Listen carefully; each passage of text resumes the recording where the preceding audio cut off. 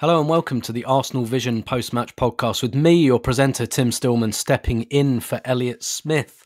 Today, we're giving Elliot a day off after presenting pretty much every single, well, not quite every single, but about 95% of the World Cup daily podcasts. And obviously with the Arsenal coming back very, very soon, we've decided to, a bit like Elliot's won the World Cup. We've decided to give him a couple of days off to celebrate before he gets back to the real business of Arsenal and the Premier League. And obviously we are going to talk about Arsenal and the Premier League and the game against Juventus on Saturday and some of the issues arising from that. But in something that I think is going to be really, really original that not many other podcasts have done, specifically not many other Arsenal podcasts have done, we might just spend the first half talking about the World Cup final, which was the second biggest game that happened this weekend, and maybe just take like a bigger kind of wider view of some of the things that happened in this year's World Cup, which felt like on one hand felt very, very long,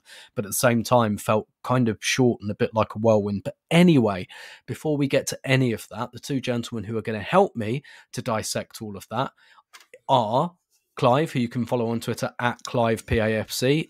Good afternoon, Clive. Good afternoon, Tim. Hello. How are you? Yeah, not too bad, thank you. Not too bad. I hesitated there because I realised that it's not the afternoon for Paul. It might not be the afternoon for people who are listening to this, but it's difficult to know what else to kind of say as a kind of informal, mealy-mouthed British greeting. And in that interest, I'm going to speak to someone who isn't British. Good morning, Paul, who you can follow on Twitter at Poznan in my pants. Paul, how are you doing this morning? I'm doing great, thanks. You're very, you got that whole professional air about you. We'll have to I sound surprised. Let's knock that out of him. We can't have this crap. We got to knock that out of him quick. Yeah, we'll tickle him under the arms. Like I've hosted a few of these, and they don't come out like this. So fair play to you. Fair enough. Okay, so pleasantries out of the way. We're recording this on Monday afternoon, and obviously on Sunday we had the undercard of the weekend, which actually strangely happened after the main event of Arsenal-Juventus at the Emirates, of France versus Argentina in the World Cup final. I mean, wow, quite frankly. Clive, I hope you won't mind me saying you're a man of advanced years. Mate, all right, steady on. I thought we were mates. As I think we all are on this podcast to different degrees. Is this and obviously, Tim, wasn't there some rumor of you soiling yourself in a store somewhere in London or a restaurant? I mean, that was actually my daughter that did that twice in a matter of minutes, which actually Argentina managed to do around about the 78th minute of this match, which is, there you go, that's a really good segue right there. So Clive, in all your experience and the hundreds of World Cups you've seen, and obviously there's going to be recency bias baked in here, and I'm very aware that the 2018 final did finish 4-2. Is this the best World Cup final you've ever seen? And what was how did you experience the game, I guess emotionally as much as anything? Yeah, easily the best World Cup final I've ever seen, and probably the best final I've ever seen, because context is the event, right? And what it actually means for people and their lives, because lives will change after this game, and we know this, right? So easily the best game, just because, well, for me anyway, and for many people, being a Messi fan, you hope the story has a good ending. And I feel really good because you feel as though life has dealt a good hand. Do you know what I mean? And sometimes good things don't always happen as you expect them to happen. I think many of us feel a little bit like, or many of us who have of that Messi persuasion, shall we say, feel like, you know what? I'm glad that's happened. And I'm glad that life has worked out that way. And I've got a little bit of I feel better about people, better about things, because good things have happened. And that's how I feel. I mean, watching it with my whole family, who love their football, but really love this game, and we're really, really engrossed and invested in this game, which tells me something about Messi himself, that he has crossed over, hasn't he? And to cross over, and I don't mean to sound snobbish here, but to cross over and not speak English means that you must do lots of good things in your craft. You know, the way you operate, the way you play. And I think it's just wonderful. And so, yeah, an unbelievable game. I'm just probably saying something that many people felt just watching a game undulate like that. It's just, those are the things that don't leave you. And one last thing, Tim, you know, there are moments we all grow up with, World Cup moments that stick in our minds. Brazil 82 for me, massive moment. Gaza 90, massive moment. I think about all the young kids today that have had that moment. That is their World Cup moment that they will never, ever forget. All out playing football today, all trying to be somebody, Mbappe, Messi. I think the game really did give something back today. I'm buzzing for those young people in particular. Yeah, the first two finals I saw were 1990 and 1994, which are probably two of the dullest finals that have ever happened. Paul, and I wanted to come on to the Messi question, but I'm going to bake it into, I want to give you like a little bite at that question as well, Paul, about how you experienced the game, whether you felt like you had un chien in the fight, watching this unfold for France, but also obviously I wanted to come to the question of Lionel Messi, and I feel like this really exemplifies and illustrates how much our lives are online now. Because personally, I think Messi is probably the greatest footballer of all time. He's certainly the greatest footballer that I've ever seen.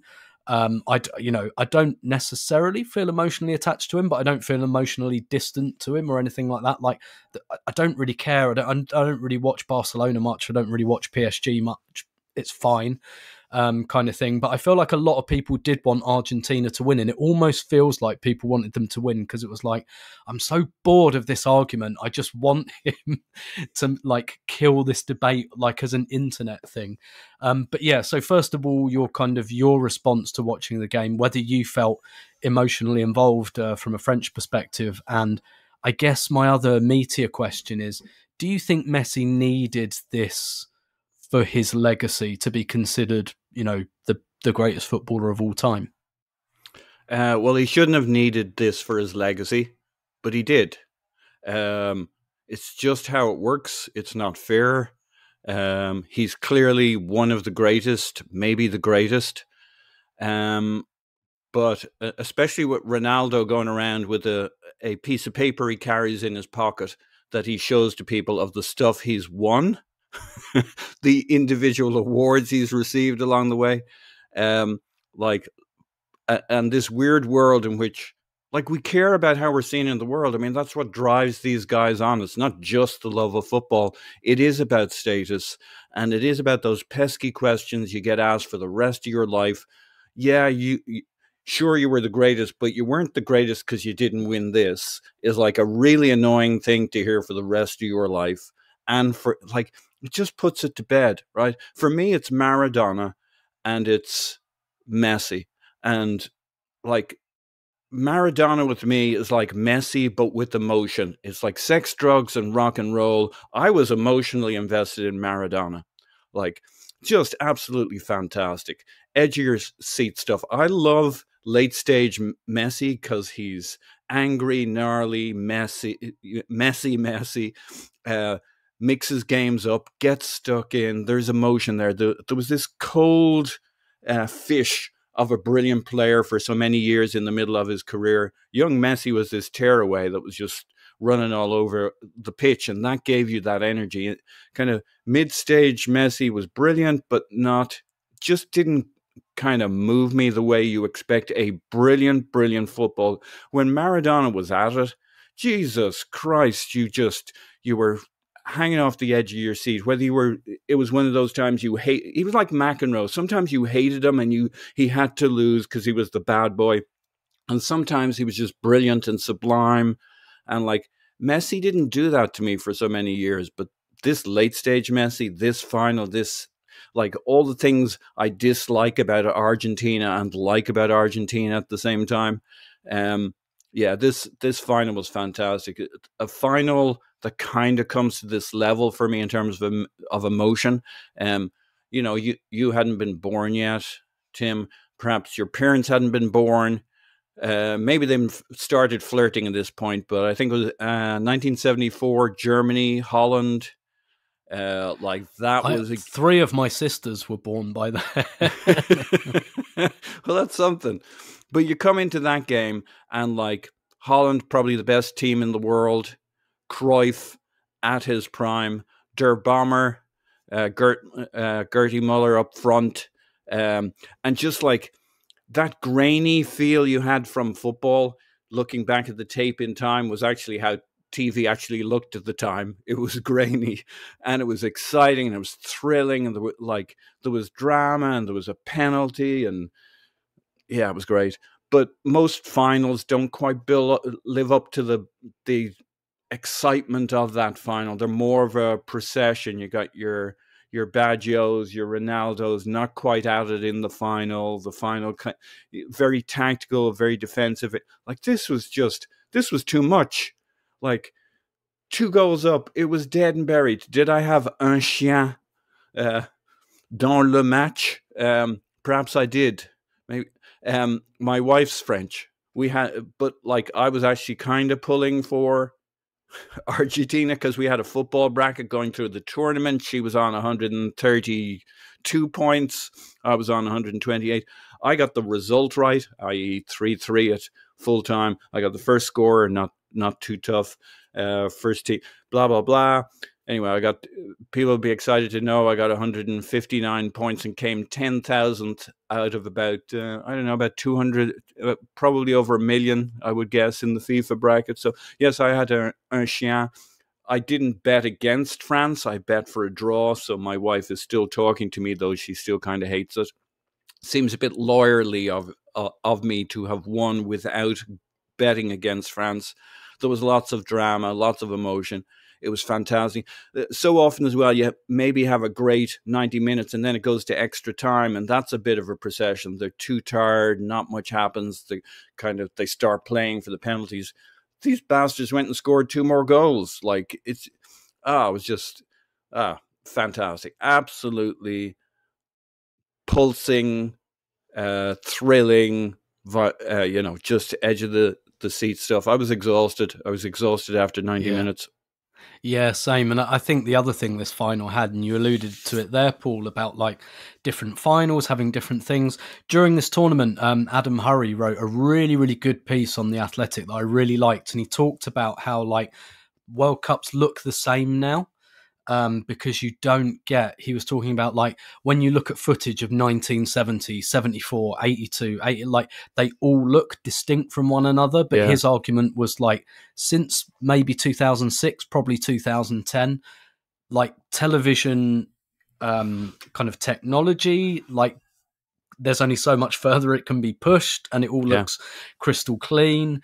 All of the stadiums are built and they all look the same. It's very difficult to distinguish them, but what will distinguish this for years to come, I mean, there's something else we'll come on to later about the trophy lift, but this was billed as Messi and Mbappe as the final, and that is basically what it was.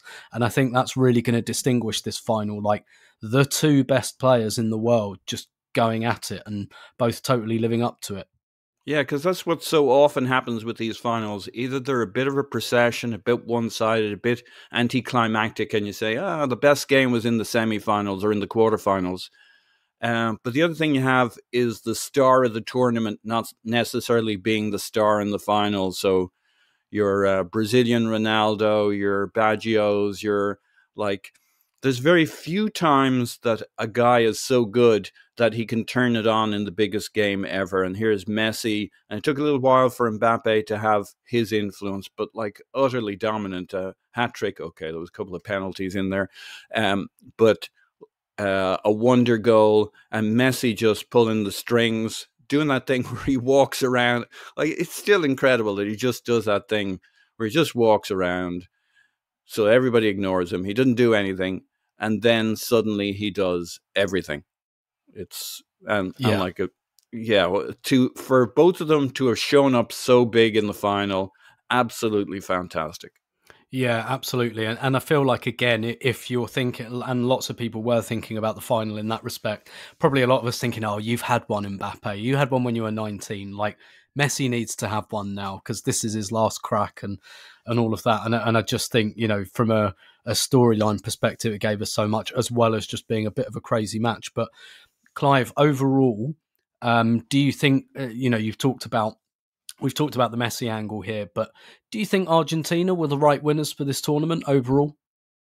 I think they were.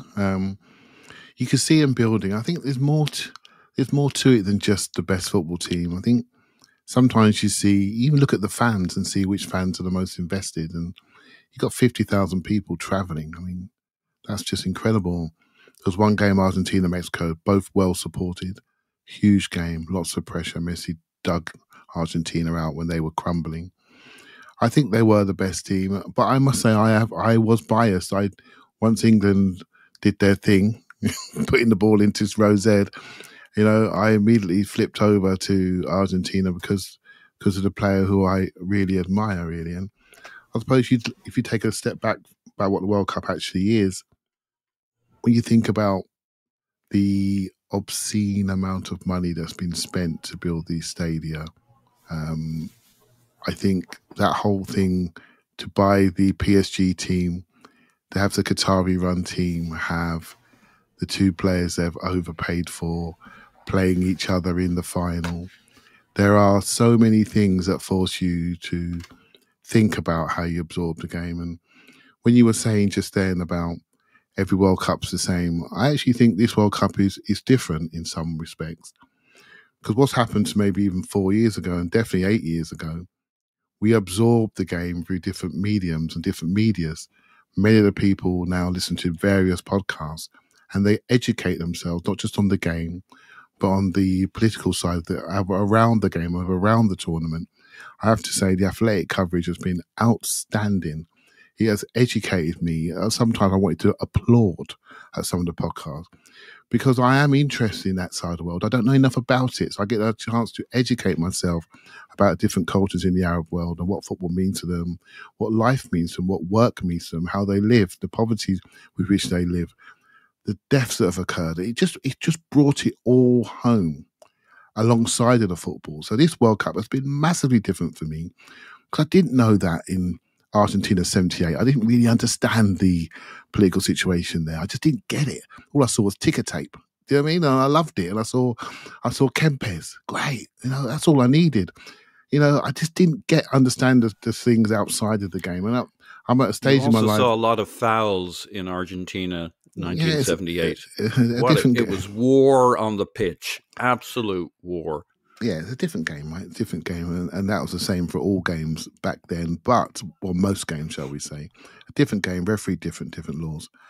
But I do think this World Cup has been different because it's made me think about not just the football, but much more about how we live, how we work, how we operate, and how the political world outside of football really operates. And so I'm hoping, beyond hope, that now our eyes have been open to some of this, that people don't forget some of the things they cared about a month ago, and they still think about those values that they were screaming about and think about them, and don't just think about them while the World Cup is ongoing and then rush back to the Tollington, he says it air quotes, and get back to the league football and not think about how people are feeling, how they're living, how they're working, and how the political ramifications of FIFA expanding tournaments and all the things that our eyes have been open to. I hope they stay open to, because I think it's definitely worth discussing as we think forward. Yeah, definitely. I'd really echo that about the coverage as well. You're right, The Athletic have done some great stuff. The Guardian have done some great stuff on this, and I think quite well balanced as well, because on one hand, I know I've talked about this a little bit on Twitter. Look, I'm no expert or anything like that, but talked about it a little bit on Twitter, and obviously had loads of replies like, oh, you know, you're just being racist towards the Middle East and all of that. And I think on one hand, you should never, ever stop checking your own prejudice. You should never stop doing that. And I've definitely learned during this tournament by listening to people, particularly who are on the ground and out there talking to people, that, you know, okay, you know, let's not have a savior complex here. Let's not do the kind of, we're the West, we're coming in to, you know, to understand the different cultures. But at the same time, I think it's still, you know, the stuff like migrant deaths and things like that, and the lack of LGBT acceptance. And it's not good enough to say that that's culture. You don't get to erase other people as part of your own culture. Like, obviously that just doesn't stand up to any kind of logic. Otherwise I could just come up to you and say, my culture says I get to punch you in the face. Like, of course it doesn't. Like, exactly. That's not really how it works. But you could tell, Tim, that some of those journalists were massively conflicted, because there were things they were enjoying and they're saying, should I be enjoying this? They're walking around and there's no fighting outside of stadiums. Yet 2 weeks before they were saying there's a beer ban. So it's so much conflictions, and I think it's been a massive educational journey for me. I know some people are much more worldly wise than me, and that's fine. I'm just a football bloke, but I've learned so much. And want to continue learning. So the World Cup's done one thing for me. It's opened my eyes up to other parts of the world that I previously just completely ignored. Definitely. And I think, like, I do. And again, there's that conflation, because it was and is important that, like, the Arab world, the Middle East, whatever you want to refer to the region as, it is and was important that they, like, get a World Cup and that we experience that culture. And I think what the Morocco team did in this World Cup as well just did so much. But at the same time, it's like, I mean, obviously, like, look at 2010 South Africa, 2014 Brazil, 5th largest country in the world, 2018 Russia, 2026 is like across the whole of North America. It's so big. Like, obviously holding it in a city was probably not, certainly from a kind of structural point of view, like, and there are reasons for that, but that's, not to dismiss the fact that in that region, yes, there should be World Cups and things like that. I did have a segue there, but Paul, you want to come in on that, so I'm going to let you. Well, look, it's never been clearer to all of us, east, west, north or south on this planet, that football has a huge sports washing problem. And we've seen the chickens come home to roost. And there's been a lot of pointing back to the fact that there wasn't the same fuss over Russia. But there should have been. And we've all educated ourselves on that. I wasn't super happy about the World Cup being in Russia, but, like, nobody really cared at that time. I said a couple of things, but, like, who cares? You look at this evolution of sports washing over the years, over what's going on in the Premier League. And the thing about sports washing is it has to work both ways. They want to come out there, spend that money and say, look, everything's wonderful with us.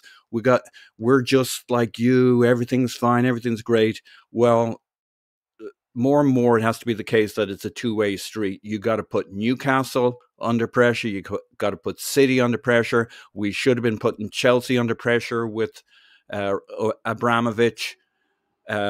Countries that put themselves forward to the world, whoever they are, who have LGBTQ rights dismissed, against the law, harsh punishment, harsh treatment, etc. If that's America next time, wherever it is, if they're sports washing, that's a two-way street. The light goes back on them too.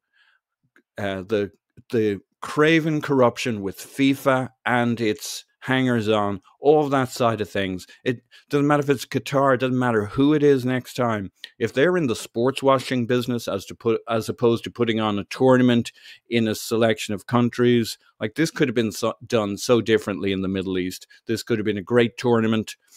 I wouldn't know how logistically to organize it, but, like, there's no way you can't look on it as some form of sports washing event. And as was Argentina in 78, as Clive talks about, we didn't understand half of those. Well, now we do. If we don't get smart about these things, if we don't start taking back, it's not that the game shouldn't have been held in the Middle East and that Qatar shouldn't have been a part of it. It just shouldn't have been done like this. We know how it was done. Gianni Infantino wearing his sneakers, plawmossing, as they say in Ireland, bullshitting everybody about how everything's great and everything's wonderful, and, like, it's time to push back whenever we can. And if that leads into a whole bunch of whataboutery, then great. Let's get our sins out there and let's get people talking about it, but let's not push everything under the carpet. Let's get everything over the carpet. I completely agree. And I've seen lots of people saying, well, it's in the USA as well as Mexico and Canada in 2026. Are we going to talk about things like reproductive rights? Yeah, absolutely. So, yeah, number one, I hope so. I really, really hope so. But look, I would say that this tournament's slightly distinct in that, first off, I mean, the actual Qatari, I don't really know whether to refer to them as government because there aren't really elections, but regime, shall we say, are involved in this in a really hands-on way. Like more than, whether Biden's still the president in 2026, I don't know, but more than the US president, the Mexico president, like more than they're going to be. That said, we're kidding ourselves. If hosting all World Cups, Olympic Games, they're all kind of sports washing to a degree. Like, look who was there mugging with the players as well at the trophy presentation. Macron. Like, he's got no fucking business there, quite frankly. But we all know why he is. We all know why he is, because if France get their moment, he remembers what happened in 98 when a team that's like largely made up of like players from Les Ulis and from French colonies and things like that. He wants that moment. That's what he wants. He wants to be mugging with them. So that's an element of sports washing. But I think like when you see the trophy presentation and the robe, which I should have looked this up, it's called a bisht. A bisht is put on Messi. And obviously look by the Emir of Qatar, who happened to own the football club that Messi plays for. So kind of his boss there, it has to be said. So Messi's not like a complete bystander in that. But, the reason they've done that is really obvious, because when all of this conversation and discussion goes away, those images live forever. Like you guys were talking about ticker tape in Argentina in 78. I bet you anyone that watched that tournament, that's what they remember. They remember the ticker tape. And like that image of Messi lifting the World Cup, that is eternal. That's 50 years, 60 years. And, Qatar, they don't need the money to host the World Cup. That's not why they're doing this. They don't need all those stadiums and everything. It's a soft power move. And look. Yeah, Putin in the Russia, like, exactly. Let's remember what happened after that. Like, and it's not just about Qatar, but it is about football. It is about the Gianni Infantinos of this world. And no, we shouldn't stop talking about it. They want to do this, we push back. Yep. And when Brazil won Copa America in 2019, do you know who presented them the trophy? Who elbowed his way onto the stage? The newly voted far-right president, Jair Bolsonaro. And he got in all the pictures. And again, another form of sports washing, I think on a smaller scale than this. But anyway, I'm glad we had that discussion. I wanted to have that discussion. And I'm glad you guys kind of got there without me prompting. But let's kind of go back a little bit to the football before we break and kind of go into a bit more Arsenal in the second half. I mean, first of all, Clive, William Saliba, part of the France squad that have lost the World Cup final, albeit very little involvement in the tournament. One of the few players that didn't even get a start in that kind of last group game against Tunisia, came on as a sub. How do you think this tournament? Where do you think this tournament puts him headspace wise? And when you think about like his Arsenal contract and things like that, do you think there's any impact on William Saliba and Arsenal at all in all of this? It's interesting. I was thinking about this today. I was doing some work outside the house.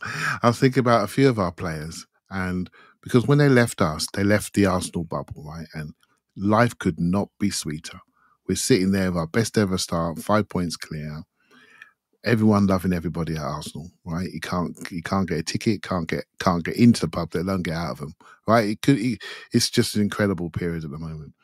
So within the Arsenal bubble, all those players are like 10 out of 10s.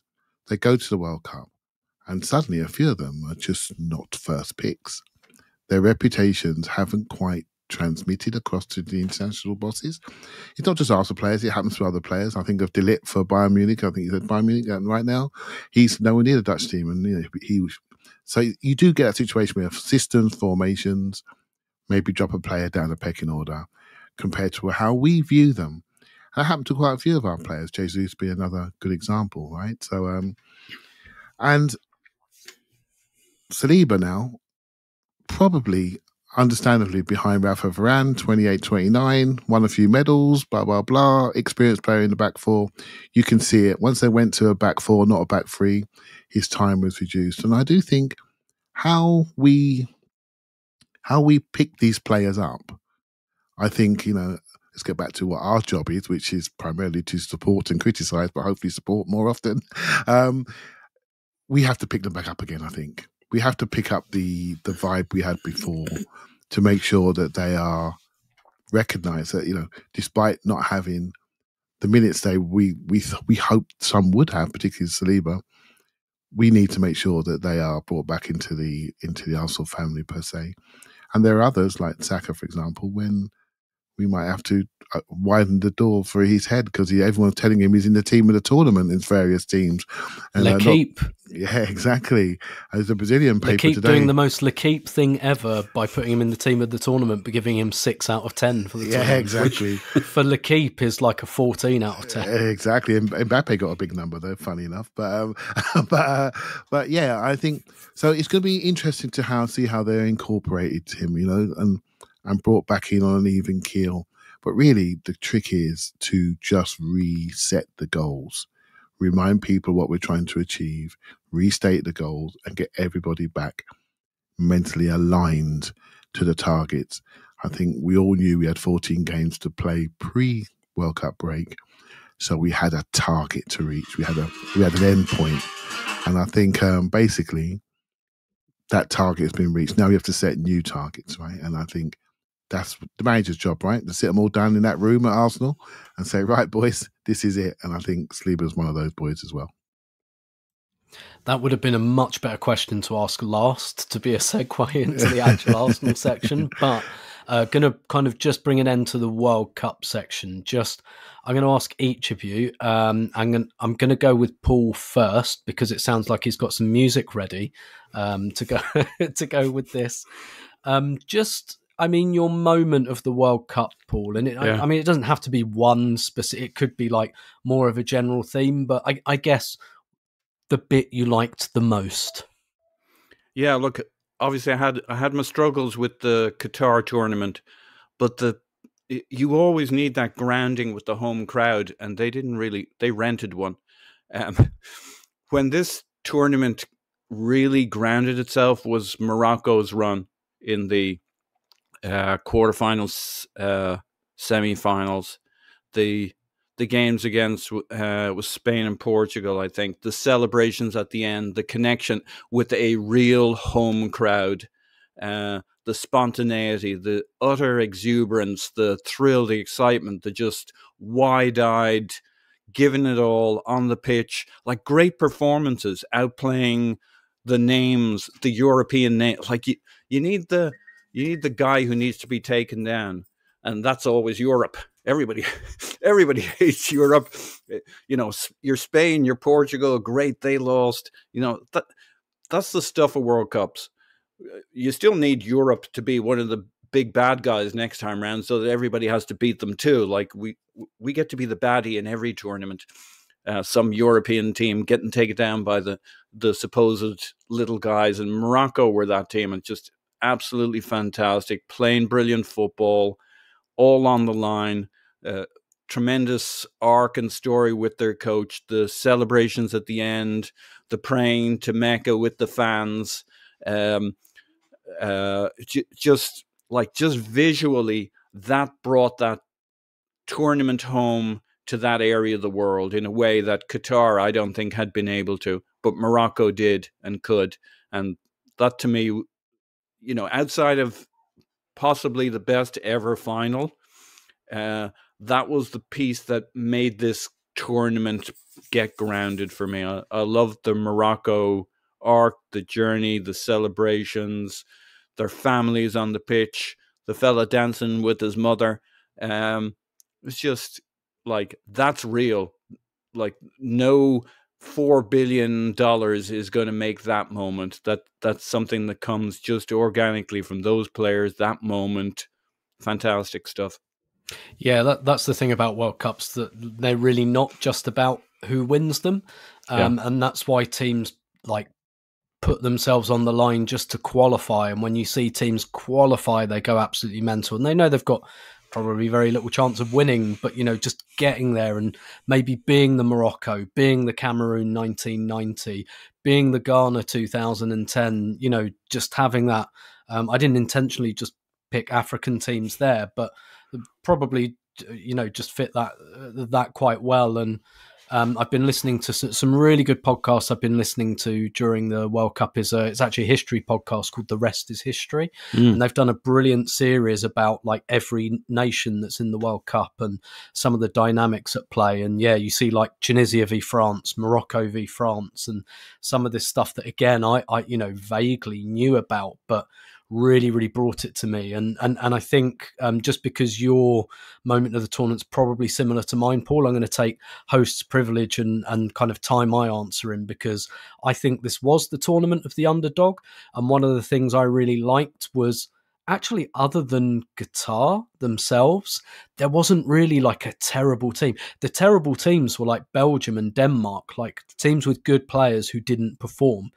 But you looked at teams like Japan. I thought Saudi Arabia looked really good. Obviously, Morocco, Australia got through to the round of 16, and some of these. And then when Australia played Argentina, and you think, okay, you've had your moment. You're in the round of 16. You're all going to get a selfie with Messi and go home. Like, they gave Argentina a game that was 2-1. Like, it wasn't 5-0. And you saw very, very few games that weren't contests. So for me, my kind of moment of the tournament was, I wasn't able to watch as much as I'd liked, because in the UK, a lot of the games kicked off at 7 p.m. And when you have a toddler, that's the worst time for a game to kick off, because it like cuts right across the bedtime routine. But there was a night where I was actually presenting one of the World Cup podcasts with Phil. And so I got to watch the unfolding of the Japan, Spain, Germany group, which was absolutely just a proper roller coaster, a bit like the final, actually. And earlier in the day, there'd been upsets as well. And those are my favourite parts of any World Cup. Usually, semi-finals are better than finals. I think that's been inverted this year. But the final day of the group is just such a brilliant time at the World Cup. And again, you get a lot of those countries who, again, probably know they're not going to win it, but like, yes, we qualified and now we're through to the knockouts. And that's like the next kind of target, and the drama you get with those games simultaneously. So I think like the last day of each group, nearly every group, was really, really fun and dramatic, but particularly that kind of the whole, the Germany, Spain, Japan kind of thing. I think that was my highlight of the tournament. What about you, Clive? What was whether it's a moment or just your favourite thing about the tournament? Yeah, well, we spoke about earlier how I've hopefully been educated by this tournament, but also from a football side of things, there is a levelling out in coaching, and that's why there was not too many disorganised, embarrassed teams, because their coaches they understand about what areas to cover in the pitch, what areas not to vacate, how to mid-block, low block. I don't mean to be disrespectful, but you can look at the games and you can see there are some teams that come with a certain identity and they play to that identity and it make it work for them. And, Morocco, almost like the Greece, weren't they, of previous years? And they're so athletic, so fit, so aggressive in essential areas. I think it's just wonderful to see this global identity of coaching and coaching ideas being shared, and also seeing brave coaches. I mean, I look at football this way, and to see what Deschamps did in the final, I just want to applaud him for making those changes, for being brave when the whole world is watching, to make a change, to change the fortunes of his team, of his country, in the best way he could see. And he did it against Morocco as well. Just wonderful bravery of the coaches, wonderful bravery of some of the players, wonderful bravery of these teams to really try to compete. And I really enjoyed that aspect. In the end, for all the things we spoke about earlier that are a little bit more depressing about outside of the game and how the game is changing, football really did come forward and say, you know what, mate, when it comes down to it, I've got you. when the game starts and the ball starts rolling on the grass, I've got you. And if you love this game right now today, I love this game as much as any other day, and even more so. And so for all the things that wear us down and that we open ourselves up to, the game, really, I really love it. That's what I wanted to say, really. What a brilliant way to end part one. And you'll be relieved to know that I'm not going to do the ad readouts. We're going to wheel Elliot off the substitute bench to do those, the bit he does best, bringing him on a little bit like a Lautaro Martinez figure to do that. And I've always wanted to say this, but we will be back after a word from our sponsors.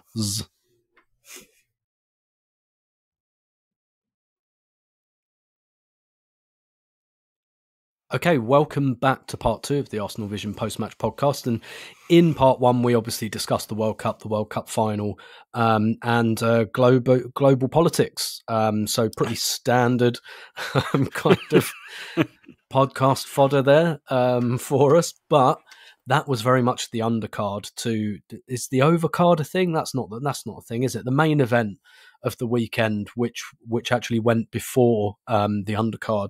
In a break from tradition, Arsenal 0, Juventus 2 at Emirates Stadium.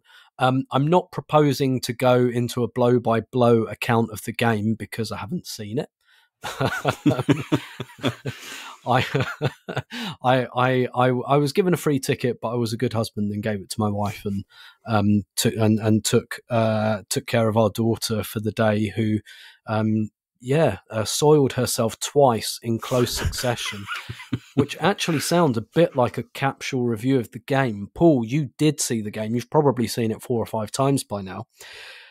I didn't see any of the game, and I haven't even troubled myself to look at the goals, because why would I inflict that on myself? But I looked at the stats from the game, and what it looked like to me, Paul, was that Arsenal had a load of shots, played against a deep block, maybe didn't create as many clear-cut chances we'd like, but had all the ball, had all the running, conceded 2 own goals, lost 2-0. Am I in the right kind of ballpark here?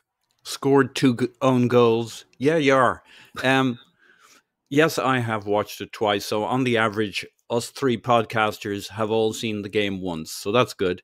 Look, it wasn't that... You know how it is. We're very results biased, outcome biased. Like, I don't actually think this performance was that much different to the other 2 mid-preseason games that we won and everybody was perfectly happy with and blah, blah, blah. It's just we scored 2 goals in this on the wrong end. Look, as you might expect, even though this was much closer to our full 11, still, I mean, Granit Xhaka is just back from the World Cup. Party's finding his feet. We got Vieira on the right wing. We got Nelson on the left, and he gets injured. And then we bring in Marquinhos after just something like 20 minutes of the game. We got Eddie finding his way with this new constellation of players around him. You're not going to expect perfect synchronicity in the team. Still pretty good. It's actually a pretty decent watch, Tim, given that you haven't seen it. I bet you'd be surprised how decent a performance it is, but it's not great. I mean, it's not wonderful. We don't create enough high quality chances in the box, but we create plenty of chances in and around the box. I think Eddie had something like 7 shots, had the ball in the net twice, hit the post once. A couple of key passes from him, and he's definitely going to be one of the things we talk about, partly from this game and on the list. So, I bring him up not because I think he was great or terrible. It's just things seem to come back to him. Look, I think the really positive takeaway in this game was, it's a strange game to say it, but I think Vieira arrived. I thought he was fucking great. Absolutely fucking great. Now, he's done good things before. He's had great moments. But, I think he's been enjoying this 5 or 6 weeks to meld. As Elliot said to me when we were doing the post-match instant reaction. Yes, we did one for this crappy Juventus game.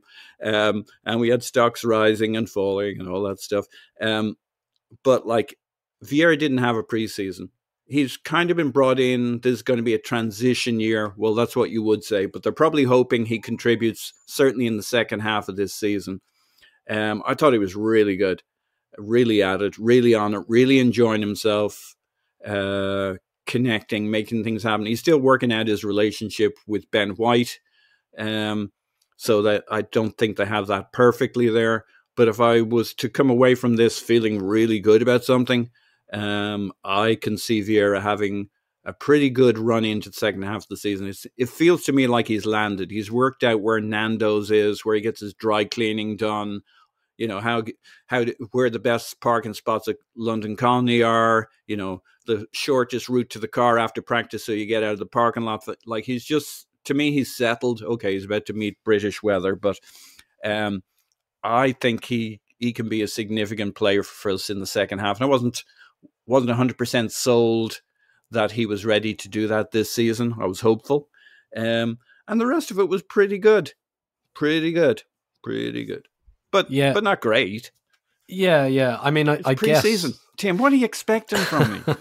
I know your views on it. I know Matt, Giant Gooner's views on it. I know my views on it are pre-season is the real season, or mid-pre-season is the real season. It was pretty good. But like, we don't like losing. Yeah, and I know people have alluded to the fact that Arsenal did actually have a really good pre-season, and that was clearly significant in the run-up to the actual business of the league season. I'd say where there's a distinction there, I think pre-season really matters in the non-tournament summers, and you've actually got your team together. Like, I remember the summer of 2003, I actually, believe it or not, I went to a couple of friendlies. I went to Glasgow for a long weekend, saw us play Rangers and Celtic. No tournament that summer, so we had our whole team together the whole season, and you could just see it. And that happens once every 4 years, and this was that year where the team was together. Whereas this, like mid-pre-season, they're not.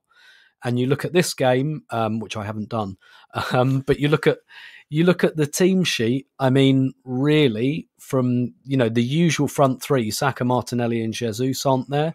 Obviously, one of those is not coming back anytime soon. Emile Smith-Rowe's not there, and then Clive. The other thing that happens in this game that I know about is that Reiss Nelson goes down injured, and Paul's talked there about Fabio Vieira and how good he looked. We're going to need him in the second half of the season, particularly if we continue in the Europa League knockouts. We don't know what that looks like yet. But Reiss Nelson, particularly in the short term, I think was someone that was probably going to feature a bit. Particularly, I look at that Oxford United game and now his injury. I mean, do you think it's obviously significant for Reiss? Do you think that's potentially significant for Arsenal or not? Well, I think I don't think Reiss Nelson was going to stop us going into the market. That's my view. I think there are minutes for him, and he is an improving player, and he seems to be improving his mentality and his comfort levels in the group. I think he looks more comfortable to me, and he's starting to show a little bit more of his skill. The way he manipulates the ball, he receives it now. It's not like he's just saying, I can do this now. That's what it looks like to me. He's finally worked it out. I can do this. Also, he needs to do it because in the last 6 months of his contract and he wants to stay. And so suddenly there's a focus around it. And hence, he's disappointed. Even if he doesn't want to stay, he's playing for a contract one way or another. He's playing for his football future. You think about, this is a terrible thing about football. It's absolutely such a ruthless sport. We just see the cars and the Instagram, right? But it's a ruthless sport. And he's been at Arsenal since he was a dot. I'm 8, 9 years of age. His whole family has been supporting him all that time. He's 23 years of age now. He's got 6 months to go, and he wants to stay. And there's no contract offer on the table yet. He gets injured in the window when he's more likely to play, when there's FA Cup games and Europa League games around the corner. This is a major moment, and your life can change in these moments. People can make a decision, which is for the club, which could relegate you down the pecking order. That's a major problem. Major problem. My dogs have just started barking. That's a major problem. So Hey, I feel Clive, for him. I was just going to say, did you see the big hug that Eddie gave him when he was coming off the pitch?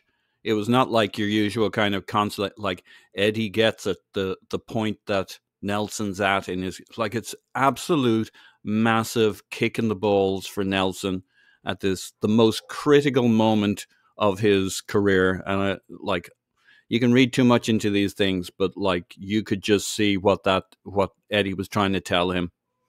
Yeah. And also, sorry, just to interrupt there, but like I've seen loads of tweets today about Amy Martinez and like, Bernd Leno getting injured in that Fulham game, and everyone kind of saying like Neil Maupay injuring Bernd Leno leads to like Emi Martinez winning the Golden Glove at the World Cup, and then they should have shot Hitler. Yeah, when he was 7. Exactly. It's just like you just get shoot the bastard. I know it looks cruel, but just shoot that 7-year-old bastard in shorts. But yeah, exactly, and that's like a really pivotal moment that's gone for Emi Martinez in his career. That just that random goalkeeper gets injured, gets a run in the side, gets his move, gets into but things can go the other way as well. Clive, sorry, I interrupted you there on Reece. Yeah, I'm glad you did, because someone come to the door. So basically, no. Clive, while you were at the door, we shot 7-year-old Hitler. Okay, whatever. If I leave you and Tim alone, I don't know where this podcast is going to go. So yeah, it looked like a major moment. I always come back to a story. I always say, I'm sure I've told you a story before, but I was quite close to the club, and there's a kid who's in the academy from the age of 8. And he got to 18, and they were just deciding he was going to have his pro contract. The head of the academy came to watch in a game, a trial game. He stood there for 12 minutes and said, no contract. And it just makes you wonder, all that time, 10 years of consistent effort can come down to a very small window. And I don't think we realise this, how ruthless the game actually is. We all love football. We all want to play it. Not many of us can. Only a finite people can get to that level, and they have windows. And I hope, for Reece's sake, that his has not closed completely. Yeah, and again, just continuing the theme of it, we only ever see it when it goes the right way, right? Because we can't go into alternate universes and say, well, actually, if Chuba Akpom had got like a 5-game run in the team in 2014, maybe he'd be the best striker in the world right now. You look at how Harry Kane's Tottenham career came about, like, it didn't look like they were particularly nurturing him for superstardom when they sent him to Leyton Orient and Millwall. Like, careers are weird, basically. Yeah. Ashley Cole, maybe. Yeah, exactly. Yeah, like we could have shot 7-year-old Stalin. Well, yeah. Or like maybe Silvinho's passport is okay, and Ashley Cole never comes through.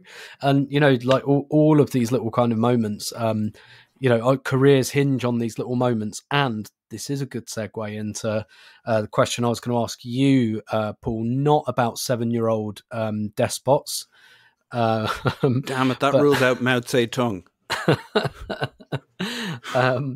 And so Emile Smith-Rowe not involved in this squad at all. Now, I know we had this discussion a couple of weeks ago, and Elliot was doing his Whiskers stuff, and we were like, look, actually, if you look back at the quotes, there was never any kind of certainty that it was very much, end of December. We hope he can be involved in these games. Now, I've only seen the words on the page. I haven't seen Arteta say them, so maybe I've got this wrong. I detected a little bit. Tetchiness isn't the word, but when Arteta was talking about Smith-Rowe and he said, we need him, well, we hope he can train, we need him on the pitch. Like, I don't know whether this is just the way where my brain's at, but I really detected a kind of, come on, son, get it sorted, and that sounds really harsh when a player's injured, but obviously when a player's like constantly injured, I know there's been like hearsay about how well he looks after himself. He's referenced that himself as well, and I don't know. And look, we read, a lot of us, myself included, read the tea leaves wrong on Saliba, right? And thought, oh, Arteta hates him, it's not going to happen. And lo and behold, it happened, and it was all fine. But I just detected a little bit of Arteta's intonation. It was like, come on, son, come on, Like, up you get, let's go, you know. It reminded me a little bit of when Jurgen Klopp talked about Daniel Sturridge, and he said he needs to learn what pain is. And yeah, I don't know about you. Did you get those vibes when he was talking about Emil Smith-Rowe? I got vibes. I just don't know. Like, there could be lots of things, but there's something there. There's definitely something around Emil Smith-Rowe and Arteta, and not necessarily in a negative way, and you're not saying it's negative. The other thing he said, the one before that caught my attention, was about a week before that, where he I felt he was setting expectations that, look, he's going to need time to get going, get fit, get whatever, kind of setting expectations about when he might get into the flow of things, etc. And I think they realize the most important thing right now is that Smith-Rowe has his own timeline that's somewhat independent of what we need for the next game and this and that, because like we haven't done all this. We haven't sent him off for this operation to snip something and reattach it somewhere else in his groin to solve an ongoing problem he's had for a year or two. They want it fixed so that he could settle into being part of the squad. I think it's almost a kind of, let's be a bit more medium term about this and stop asking me day-to-day questions about, will he fix our problem this weekend or next weekend? I think the other point on Smith-Rowe is, and with some of these young players, I wonder if Arteta thinks certain players, well, I know that he thinks certain players need to be challenged, and he'll put something out there, and he'll put it out there publicly. And when he gave Smith-Rowe the number 10, he laid down a challenge. He said, basically said, that's a big number. And with the big number comes big responsibility. He says he's up to it. So let's see what you got, is basically what he said. Yeah, he used the phrase, like, even if I don't think he's ready for it yet. Yeah. With that. And so that's clearly, like, he laid down that he thought, I don't necessarily think he's ready for it, but he says he is, and I want to go with that energy. And you're right, that was a challenge to Smith-Rowe, I think. And I think there is something in that. I think you're right. I think maybe he is issuing a bit of a challenge. And to your point about, he likes to issue these challenges to players. Was it Balogun who talked about his loan spell and said something like, Arteta said, I'm not going to watch you? Yep. Because I know you're a good footballer. I want to see how you respond to this. And yeah, I want to hear what people say about you. Yeah. And kind of are you becoming a man? That's what I want to hear them talking to you about, right? Not going off like a kid on a loan, or like, go there, impose yourself in the dressing room, on the pitch. That's basically what he told Balogun to do.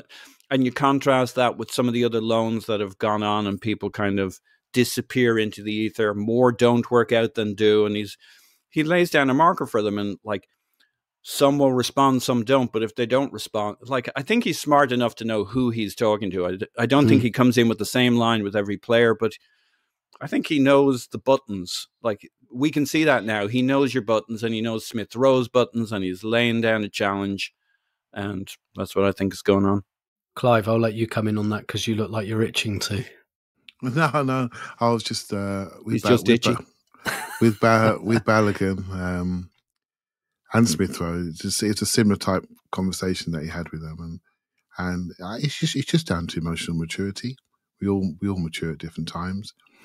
And sometimes you need to leave mummy, right, and go and sit in some digs somewhere, right? And that's all it takes. And cook your own evening meal and learn about life and see how people, and learn French. Yeah, well, whatever it is, whatever works for you to broaden the mentality that you need to have to compete at the top level. When you're seeing people playing like at Huddersfield and at Reims, I think that's how you can pronounce it. Basically, it's a matter of you're now playing with people who are playing for their mortgages. You're not at the green fields of London Colney when you're already getting more money than some of those players are getting. You are now playing with people who are playing for their mortgages and still got families to look after, and their family's family. And so every single game matters, every single pass matters. How are you going to deal with that increased pressure? And that builds character. And I think this is what he wants to see them happen. When you look at Balogun, for example, he looks built. He looks very strong, very physical. You think, well, he just must be ready. But you listen to him talk and his voice, and he sounds quite young, and I think that's what's really needed to happen for him. And he seems to be doing really, really well and growing it within himself. And sometimes that's more than what the player does, numbers, passes, expected goals, etc. Seeing how comfortable they are on the pitch. And I think to Paul's point about Vieira, how comfortable he is on the pitch now. He's looking like a first 12 player. He's knocking on the door hard, mate. Hard. And it's that comfort factor. And I think Reece is growing in that. Vieira's growing in that. And I think if anything comes out this mid-pre-season, I see a couple people growing in comfort. I've got some things to say about Eddie later, but a couple people growing in comfort. And that's the most important thing for us as we look forward to the next 2/3 this season. Yeah, well said. And I'll probably come back to the comfort thing in a minute, because I want to talk a bit about Ben White. But I think certainly the biggest conversation I saw online, and I don't think this is any great surprise, by the way, was about Eddie Nketiah. And his performance in this game, if you want to put it like that. Elliot, Paul, I know you spoke with Elliot about this at length on the instant reaction. I will give you another bite of that cherry. Maybe a bit like Eddie himself, have 5 shots, maybe one goes off the post, maybe one you're offside. But Clive, I'll stay with you on this. I mean, in one respect, I really get it. We've lost a really, really important player, and Eddie's the one coming in. And so, of course, there's going to be scrutiny of the performance and everything like that. I did respond to a tweet I saw online, because someone put up the video of him missing quite an easy chance where he hits the post, and said something like, "I'm really concerned about having Eddie for the next couple of months." And I was like, don't worry about him in front of goal. He'll be. That's the one area where we're probably upgrading. Actually, it's every fucking thing else that you kind of want to be looking at. I reckon he might even better Gabriel Jesus' 5 goals in 14. I think Eddie might better that over 14 games. I think more the question is the overall influence, which won't be the same, but it will be, can it be close enough? I mean, what did you make of Eddie in this game? And I guess the discussion we've had quite a lot recently about the prospect of how he's placed to take that place in the team over the next couple of months. Yeah, when I've been going on my dog walks, I've been thinking about this a lot, actually, and more thinking about how I analyse Eddie, because we see certain players clearer than others. Smith Rowe's been somebody I have to really think about, and Eddie's another one I have to think about. So why am I quite harsh on him on occasions? Why do I have these? I don't know, Clive. Right, well, I'm going to tell you, Paul. Right, so when you judge a player, the way I judge a player is it's almost like on the 4 corners of the coaching DNA, right? So physical, technical, psychological, and social. I believe a team has a physical, technical, and psychological balance. Right, so physically and technically, I think we're much better now. So physical group and a technical group, right? And so psychology of the team is really, really good. So you have people with different psychological profiles in our back line. So you got 2, just take our 3 big defenders. Two want to press in, one wants to sweep. Balance, all physical. We have an inverted fullback, not happy inside. Physical and technical. And psychologically, he's happy in those areas. So it looks good. We have a holding midfielder that psychologically is happy carrying the weight of the wagon wheel all around him with all different exits. It fits, right? So we have Odegaard, who's our technical leader. It fits. It fits with our group. We have 2 wide killers, and they have a connection player in the middle. And his psychological profile of that connecting player is somebody that actually doesn't really care too much about himself. His whole role is to make other people feel different.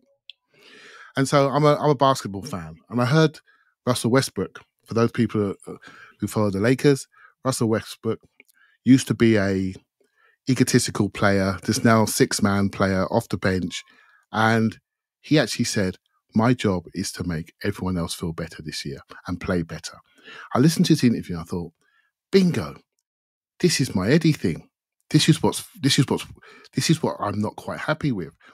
Eddie has always been brought up as a killer centre forward, a lone centre forward that's judged on goals. The things that we're trying to get into him is all the other stuff, Tim, to quote you. Psychologically, he's still trying to convince us. So what he's more focused on is the things he thinks are going to convince us, which is the currency of goals. When actually, if he focused on doing everything he can to make others better, I think the psychological profile of Eddie will be far more suited to my brain. Not everyone thinks the same as me, to my brain and what the team needs. We sat here last year, probably calendar year ago, maybe a bit more, talking about influence and value between Lacazette and Aubameyang. And it was a similar thing. We had one guy that saw himself as a goal scorer, one guy that saw himself as an enabler, facilitator. It's not quite as stark as those two, I granted. But you see where I'm going, because I think I'm also trying to round Eddie. And in this game at the weekend, my favourite Eddie bit was when he charged down the goalkeeper. He charged down the goalkeeper. And I thought, there you go. There you are. He scored a lot of goals doing that. Exactly. If he, for me, Tim, to convince he nearly has it off the guy's toe. It's right there. It's absolute classic. He's like a shark in the water. He's slow build up and then whoomph, right in, under his toe. And the guy just about gets it away from Eddie. So for me, I saw the shot that he missed. Lovely. I looked at his contact. He opened out his foot. It was beautiful. He hit the with post, his left foot, right? Right. With his left foot. So you could say he could have whipped onto his right in 2 touches, touch, slot, create a different angle. If you want to get technical, but I looked at it and thought, you know what, mate, that's not too bad. That's not too bad. I'm not worried about you because you will score goals I don't expect you to score, and you will miss goals I think you should score, and that's Eddie, and he's not going to change, right? So I don't worry about the goal scoring aspect. It's everything else, and there are players that are out there, in my opinion, that naturally bring everything else, naturally bring that threat, that physicality. And there's a physical difference between Jesus and Eddie and the way they influence and move people. Another thing that he has to do for me, forget the goal, it will come, the goals will come. He has to read the game better. He has to read when to be available. He has to read when to move. And the reason why I know he's not doing this so well, because he keeps making fouls because he arrives too late. And he's not making smart fouls. He's making dumb fouls where you've got people pressed into corners. So he has to read the game better, be more of a facilitator, more of an enabler. And I think he will then maybe, not say satisfy me, that's the wrong way to see it, but I think maybe satisfy people who have these worries and doubts about the gap between Jesus and Eddie.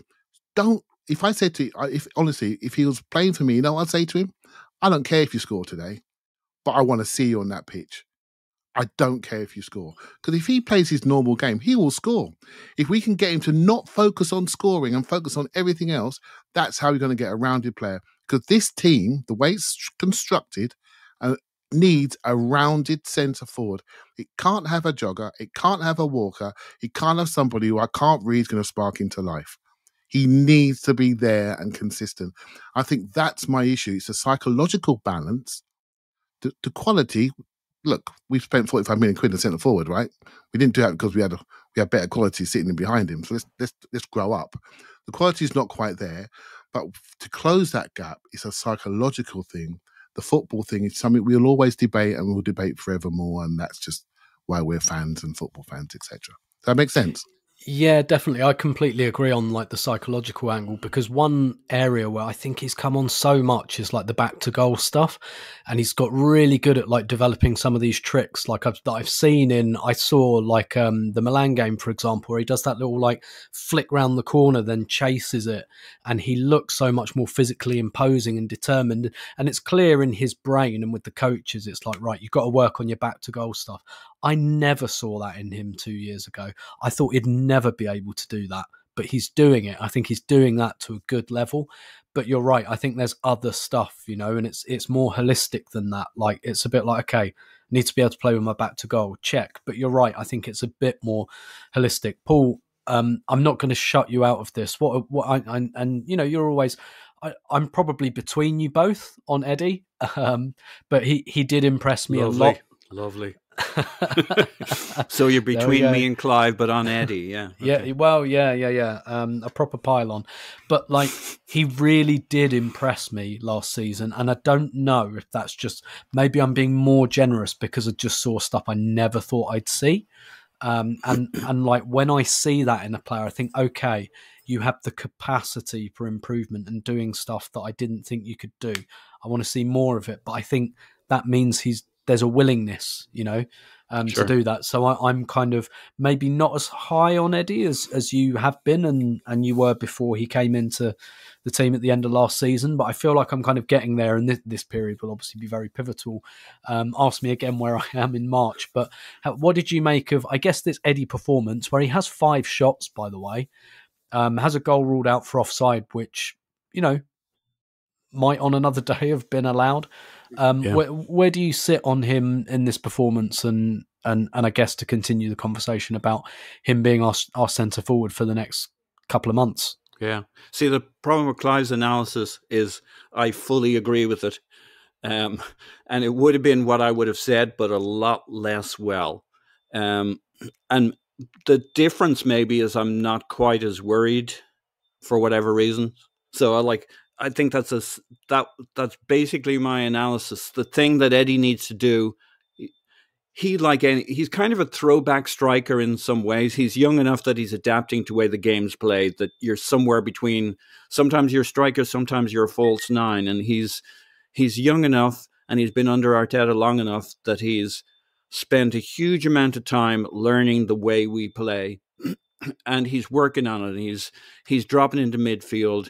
He needs to be a little bit more sophisticated in how he links up the play, as Gabriel Jesus is. One of the problems when you're replacing Gabriel Jesus, the world's best pressing centre forward and one of the best dropping into midfield connecty players, is you're trying to replace a worldie.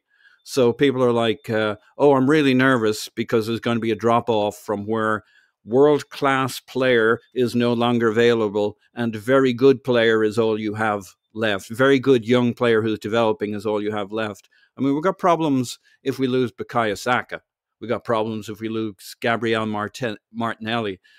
If we lose Odegaard, we have a problem. Now, maybe people will say, we got Vieira. Well, I know I was high on him from this mid-preseason game, but the Vieira I saw before that was not a guy I'd be happy doing Odegaard's job for a run of 10 games or 12 games. Or if we lose our number 6, we got a problem. If we lose Granit Xhaka, we probably have a problem. Now, maybe Sambi would step up to that, but we don't know. It's not just Gabriel Jesus that if you lose, we would have a problem. But there's a huge amount. Now, the good thing about Eddie is he's in his core, he's a striker. So he will get us some number of goals, to your point. I'll be shocked if he doesn't get us a goal tally from a centre forward spot. The real question is, how much does he step up into the connecty, dropping, rotating with the other players? Nobody's going to do it. That chemistry as well that Jesus had with Martinelli in particular and that side of the pitch. Eddie hasn't had those players to play with in this mid-season thing. So he's got some learning to do. We'll need a little patience. He's going to be desperate to get a goal because that's what he is, a striker, and that's how strikers are wired. And I think Clive's exactly right. We shouldn't care whether he scores or not. He knows that's the voice around the place. That's what people are talking about. Clive's right that we shouldn't, but it depends on what we were talking about. Anybody who's tuned into social media and the way people talk and talk radio and this and that, it'll be all about whether he scored a goal or not, which is kind of irrelevant to how we play, given that's not where our goals were particularly coming from. What you see in this game, and we have seen before, even with Lacazette and with Martinelli, is Arteta shouting the guy's name all the time. Arteta's shouting all the way through this, and 50% of his vocabulary is Eddie. Eddie this, Eddie that, Eddie this, Eddie that. because it all keys off Eddie. So he knows that his job isn't just to put the ball in the net every now and then.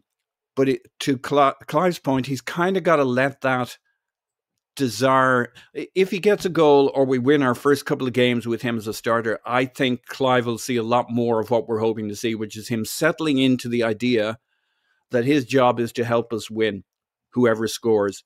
But he needs a little success early, either that goal and a win, or just a couple of wins in a row. And I think he'll settle into the idea. His role is to make the attacking unit successful and functioning, and help in all so many other ways than just putting the ball in the net. And putting the ball in the net every now and then is something that he's going to do. He's good at it.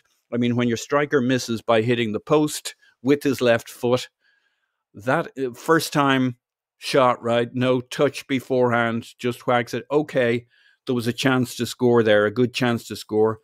Like, that's how I like my misses. And it's also how I like my misses. Fair enough. Yeah, exactly. That's the, like, I wouldn't be surprised if Gabriel Jesus missed that chance, to be honest. That's not exactly it. I think from this conversation, what I think I've brought out is Eddie's biggest KPI is when we do the post-Brighton podcast, if we don't talk about him, almost, because whether he scored or not, we've won both games. He's been like a good part of them, and he's not on like Elliot's little bullet point.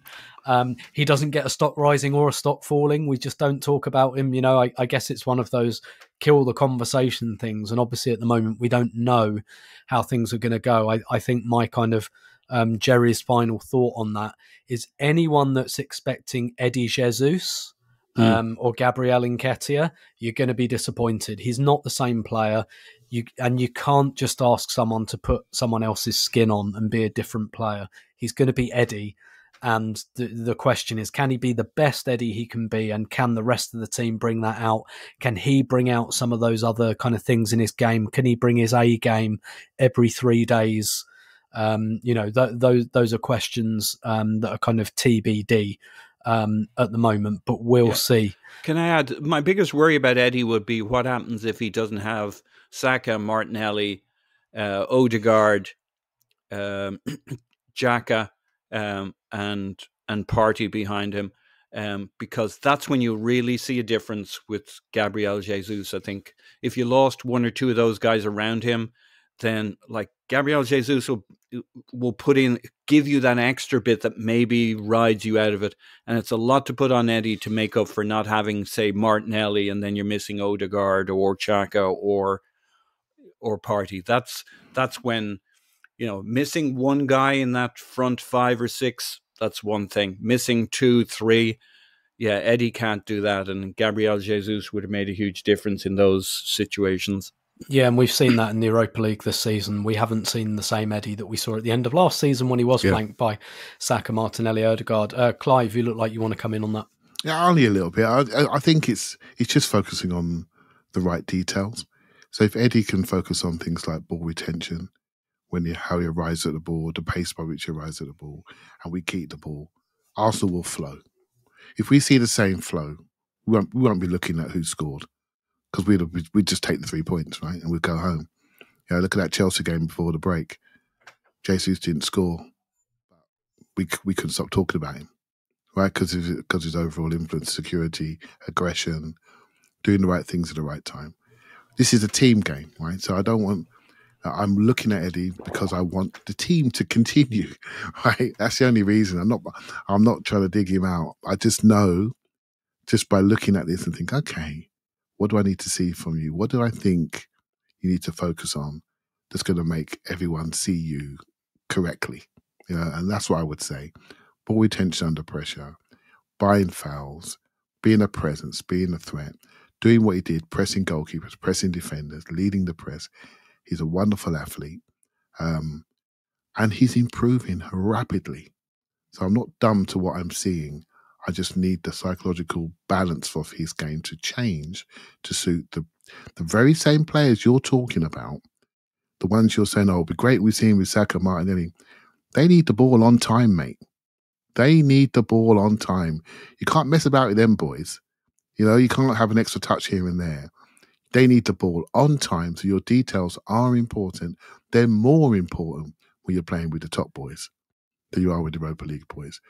That would be my message to him. And if he does that, we'll have this conversation again. We won't be having it because the results will continue and we'll be booking our trips to Barcelona next year and booking our hotels. That's what really matters, right? Yeah, absolutely. And I think to finish on, I don't know whether to call it an upbeat note or not, but Paul, I'll go with you on this one.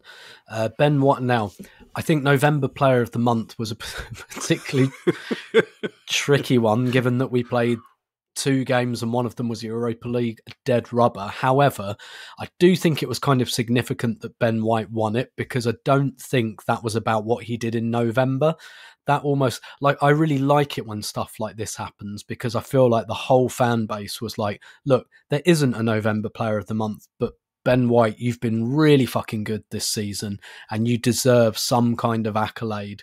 And so it almost feels like, like a longer term award than that. I don't know if you saw the video that he did kind of thanking the fans for it. And obviously, well, I say we all know what happened in the World Cup. We don't know what happened with him at the World Cup. I don't, it's probably none of our business. I don't think we're ever going to find out because if people like David Ornstein, etc., are out in Qatar and they're not getting it out of England, they're not getting it out of Arsenal, it's probably not coming out. And that's fine, by the way. Like I said, not everything is our business to know, so we don't know exactly the circumstances, and there have been rumours and hearsay. But I mean, how obviously we can't know, not knowing exactly what happened, we don't really know what kind of state of mind he's in. But do you think that potentially makes a difference if he is feeling a little bit moon-faced, a bit sorry for himself, or if something's happened like that he's had this kind of recognition, which your right back doesn't usually get from their own fans? Yeah, if there's some truth that it didn't gel between him and the World Cup squad, and I say if, we don't know what happened, but if we play along with that rumor for a moment, whatever it may be, whatever upset, whether it was something else, he comes back to Arsenal and the message he gets is, you're safe here. We get you. We value you. That's the first thing everybody wants to know, that you belong. After that, you worry about your place in the hierarchy and blah, blah, blah. But the first thing you want to know is that people got your back. And basically Arsenal and its supporters said, whatever's going on in your life or on the world stage or blah, blah, blah, you're safe here. You're good with us. We always got you. We went above and beyond to get you in the first place when everybody else said, that's a lot of money and why him and what would you want him for and what's he done? We always got him, whatever air quotes you want to put around we. And the supporters embraced him from immediately after the Brentford game. his first game with us. Once we put that, and that wasn't on him, that was on us. Like, this is a classic one where we put players into our mess and point the finger at them. That was on the chaos within our club and where things were at and COVID and blah. But basically from there on, we've had his back. He's been safe with us. The manager gets him. The club gets him. The supporters get him. It's a bit of a love affair with Ben White. And we basically immediately reminded him that we ground him, that he's one of us. It's all good. So now he did look a little, I thought he played pretty well, but he also looked slightly out of it at times in this game. There was a pass here, a pass there, which is totally Xhaka was the same thing, playing pretty well, and then like a goofy pass to nothing and nobody. So they are making that adjustment back to back into the Arsenal bubble and getting going again. This week in training, he's going to be ready. He's going to be up for it. Yeah, and he's not played either. Xhaka's been playing for a different team. Ben White hasn't played. He did a bit of training and then went. And yeah, I completely agree. I think I'm sure Ben White must have known when he came back. He knows he's one of Arteta's guys, right? Yeah. He must know that. But I kind of bet, at the risk of kind of patting us all on the back as Arsenal fans, I bet privately Arteta's thinking, nice one, guys. Because I can tell him I love him, and I know he knows it, but like it means something else to get that kind of recognition from supporters. Clive, do you want to add anything to that before we skedaddle? Not much, really. It's just a player that I like and I got a soft spot for. I remember when I did one of the instant reactions from the ground that I did one of the recordings, and I think I must have mentioned his name about 10 times. And I did another recording, mentioned another 5 times. I just really admire him as a football player. I really think he's got huge potential, you know. He's a very, very good all-round footballer. Superb athlete. I think it's after Liverpool game. I thought he was fantastic in that game against a very good side. And that's where you can really judge people. And so, yeah, I look at him physically, technically, and what he brings to the group. And I think, yeah, you'll do for me. And so, yeah, I'm glad that, well, let's not pretend that it's always been that way. Because at the start of the year, when Clive was coming back, people were ready for him, you know, and they were looking at him and thinking, we're not sure he's a right back, we're not sure about this. And he's had to convince people, reconvince people, readjust to a new position. And now we don't look at anybody else in that position, you know. So that's how you can change people's minds. And we spoke about Eddie earlier, and I'm hoping he does the same, right? And because we all need that, don't we, for next 6 weeks or so, next 7-8 weeks or so, when Jesus is going to be out.